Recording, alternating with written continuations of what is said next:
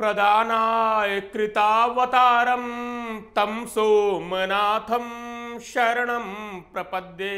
यानी भगवान सोमनाथ की कृपा अवतीर्ण होती है, कृपा के भंडार खुल जाते हैं। ये श्लोक पीएम मोदी ने कहा। मौका था सोमनाथ मंदिर में बने नए सर्किट हाउस के उद्घाटन का।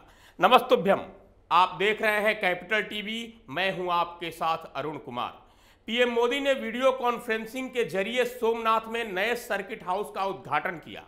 सोमनाथ मंदिर के पास बनाए गए सर्किट हाउस के निर्माण में 30 करोड़ रुपए से अधिक की लागत आई है। इसका निर्माण इस तरह से किया गया है कि प्रत्येक कमरे से समुद्र का दृश्य दिखाई देता है। उद्घाटन के बाद अपने संबोधन में पीएम मोदी ने कहा, भगवान सोमनाथ की आराधना में हमारे शास्त्रों में कहा गया है, भक्ति प्रदानाय कृतावतारम तम सोमनाथम शरणम प्रपद्ये। यानी भगवान सोमनाथ की कृपा अवतीर्ण होती है, कृपा के भंडार खुल जाते हैं। जिन परिस्थितियों में सोमनाथ मंदिर को तबाह किया गया और फिर जिन परिस्थितियों में सरदार पटेल जी के प्रयासों से मंदिर का जीर्णोद्धार हुआ, वो दोनों ही हमारे लिए एक बड़ा संदेश है। संबोधन के दौरान वाराणसी की चर्चा करते हुए पीएम मोदी ने कहा कि रामायण सर्किट के जरिए श्रद्धालु भगवान श्री राम से जुड़े स्थलों का दर्शन कर सकते हैं। उन्होंने कहा, हमारे लिए वोकल फॉर लोकल में पर्यटन भी आता है। इस सर्किट हाउस को आधुनिक सुविधाओं से लैस किया गया है, जहां वीआईपी और डिलक्स कमरे भी उपलब्ध हैं। वहीं कॉन्फ्रेंस व ऑडिटोरियम हॉल भी हैं। पीएमओ कार्यालय की ओर से बताया गया कि सोमनाथ मंदिर के आसपास कोई सरकारी सुविधा उपलब्ध नहीं थी। ऐसे में यह सर्किट हाउस सभी आवश्यकताओं को पूरा करेगा। पीएम ने कहा कि सोमनाथ मंदिर ट्रस्ट ने कोरोना काल में जिस तरह यात्रियों की देखभाल की, समाज की जिम्मेदारी उठाई, इसमें जीव ही शिव विचार के दर्शन होते हैं। इस मौके पर पीएम मोदी ने कहा कि जिन परिस्थितियों में सोमनाथ को तबाह किया गया और फिर जिन परिस्थितियों में इस मंदिर को सरदार पटेल जी के प्रयासों से जीर्णोद्धार किया गया, वो दोनों ही हमारे लिए एक बड़ा संदेश है। अब प्रधानमंत्री मोदी ने इस मौके पर सरदार पटेल का नाम क्यों लिया, ये जानने के लिए हमें जाना होगा सोमनाथ मंदिर के इतिहास में। सोमनाथ मंदिर भूमंडल में दक्षिण एशिया स्थित भारतवर्ष के पश्चिमी छोर पर गुजरात नामक प्रदेश स्थित अत्यंत प्राचीन एवं ऐतिहासिक शिव मंदिर का नाम है। यह भारतीय इतिहास तथा हिंदुओं के चुनिंदा और महत्वपूर्ण मंदिरों में से एक है। इसे आज भी भारत के 12 ज्योतिर्लिंगों में सर्वप्रथम ज्योतिर्लिंग के रूप में माना जाता है। गुजरात के सौराष्ट्र क्षेत्र के वेरावल बंदरगाह में स्थित इस मंदिर के बारे में कहा जाता है कि इसका निर्माण स्वयं चंद्रदेव ने किया था, जिसका उल्लेख ऋग्वेद में स्पष्ट है। यहाँ 3 नदियों हिरण, कपिला और सरस्वती का महासंगम है।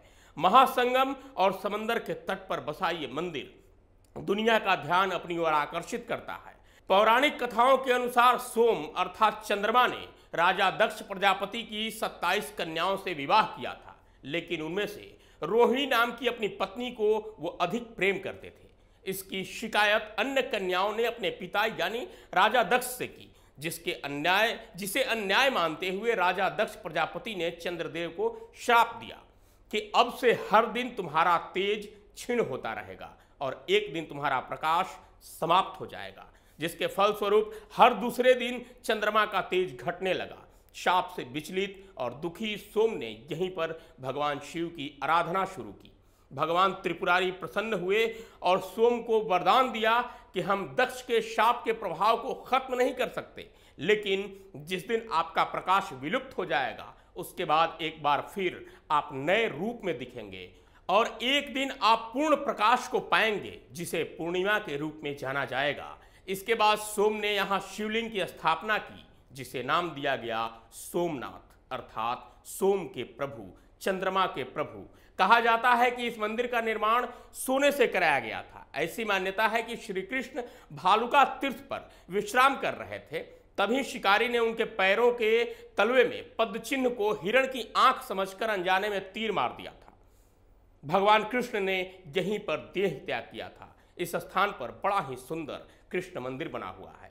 सोमनाथ से करीब 200 किलोमीटर दूरी पर प्रमुख तीर्थ श्री कृष्ण की द्वारिका है।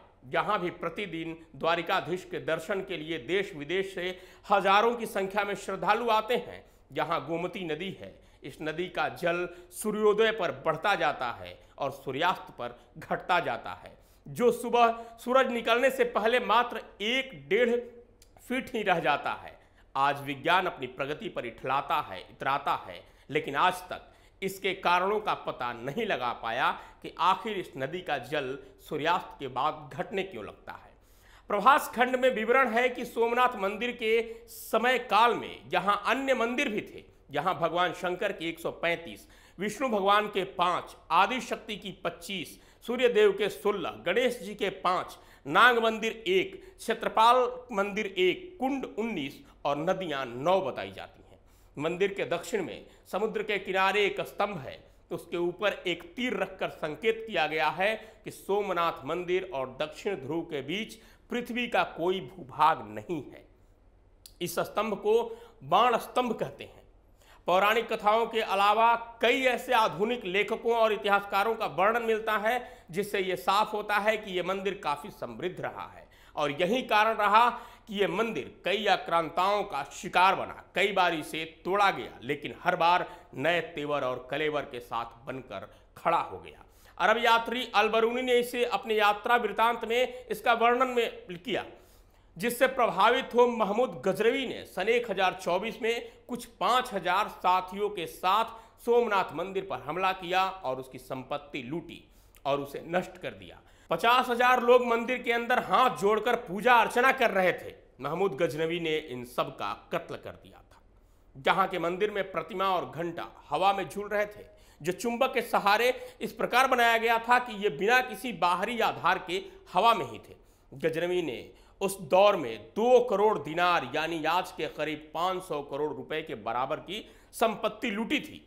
इसके बाद गुजरात के राजा भीम और मालवा के राजा भोज ने इसका पुनर्निर्माण कराया। सन 1297 में जब दिल्ली सल्तनत ने गुजरात पर कब्जा किया तो इसे 5वीं बार गिराया गया।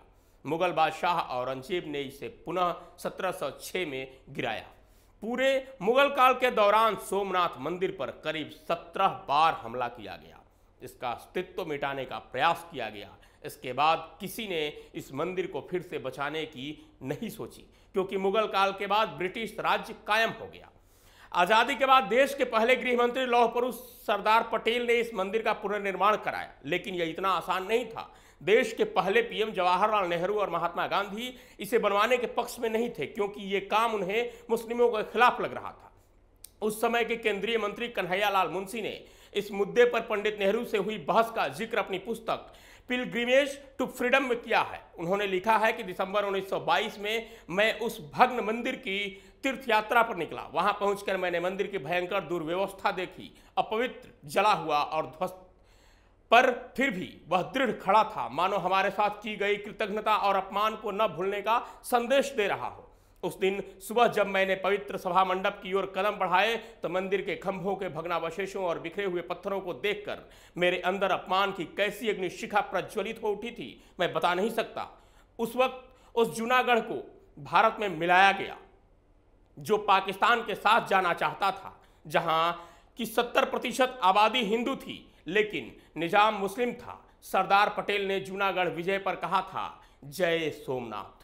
ये घटना आज़ादी के बाद की है। के मुंशी आगे लिखते हैं, नवंबर 1947 के मध्य में सरदार प्रभास पाटन के दौरे पर थे, जहां उन्होंने मंदिर का दर्शन किया। एक सार्वजनिक सभा में सरदार ने घोषणा की, नए साल के इस शुभ अवसर पर हमने फैसला किया है कि सोमनाथ मंदिर का पुनर्निर्माण करना चाहिए। सौराष्ट्र के लोगों को अपना सर्वश्रेष्ठ योगदान देना होगा। यह एक पवित्र कार्य है जिसमें सभी को भाग लेना चाहिए। जब इसका प्रस्ताव लेकर हम गांधी जी के पास गए तो उन्होंने इसकी स्वीकृति दे दी, लेकिन उन्होंने कहा कि इसका निर्माण सरकारी फंड से नहीं बल्कि लोगों के पैसे से यानी चंदे से होना चाहिए। वहीं जवाहरलाल नेहरू ने सोमनाथ मंदिर के पुनर्निर्माण के प्रस्ताव का हिंदू पुनरुत्थानवाद कहकर विरोध किया था। कैबिनेट की बैठक के अंत में जवाहरलाल ने कन्हैयालाल मुंशी को बुलाकर कहा था, मुझे सोमनाथ के पुनरुद्धार के लिए किया जा रहा आपका प्रयास पसंद नहीं आ रहा है। यह हिंदू पुनरुत्थानवाद है, मैंने कोई जवाब नहीं दिया। 1950 में सरदार पटेल के निधन के बाद सोमनाथ मंदिर के निर्माण का भार के मुंशी के कंधों पर आ गया। इस मंदिर के उद्घाटन के लिए तब के राष्ट्रपति राजेंद्र प्रसाद को निमंत्रण भेजा गया, जिस पर नेहरू ने आपत्ति जताई थी। इतिहासकार रामचंद्र गुहा की किताब के मुताबिक 2 मई 1951 को नेहरू ने मुख्यमंत्री को चिट्ठी लिखी और कहा कि भारत सरकार का इस कार्यक्रम से कोई लेना देना नहीं है। हालांकि राजेंद्र प्रसाद ने नेहरू को भेजी चिट्ठी में कहा, मुझे अपने धर्म पर पूरा भरोसा है और मैं खुद को इससे अलग नहीं कर सकता। आखिरकार 11 मई 1951 को राष्ट्रपति राजेंद्र प्रसाद ने पुनर्निर्मित सोमनाथ मंदिर का उद्घाटन किया। सितंबर 1978 में अटल बिहारी वाजपेयी विदेश मंत्री थे। ये मोरारजी की सरकार थी। अटल बिहारी वाजपेयी अफगानिस्तान के दौरे पर थे। उस समय वहां के प्रधानमंत्री थे हफीजुल्ला आमीन। आप अब के अफगानिस्तान की सोचकर उस दौर के अफगानिस्तान की कल्पना मत कीजिएगा। दोनों में कोई मेल नहीं है। तब वहां खुशहाली थी, खुलापन था, चीजें बेहतर थीं। अटल बिहारी वाजपेयी ने गजनी जाने की इच्छा जताई। अफगानिस्तान सरकार ने पूछा कि गजनी एक खंडहर जगह है, वहां जाकर क्या करेंगे? बस एक गांव तक सीमित हो गया है, आप वहां क्यों जाना चाहते हैं? अटल बिहारी वाजपेयी ने कहा कि मैं उस शासक के उस विरासत को देखना चाहता हूं जिसने भारत और मंदिरों को तोड़ने की कोशिश की। वो किस हाल में है? वहां जाने के बाद अटल ने कहा था कि यही है हिंदुस्तान और हिंदुओं की आस्था, जिसे कुचलने वाले का इतिहास खंडहर बन जाता है, खंडहर बन चुका है, लेकिन सोमनाथ मंदिर उसी शान से खड़ा है। आज के थर्ड आई में इतना ही। कल फिर मिलूंगा किसी नए विषय और शोध के साथ। तब तक के लिए नमस्कार।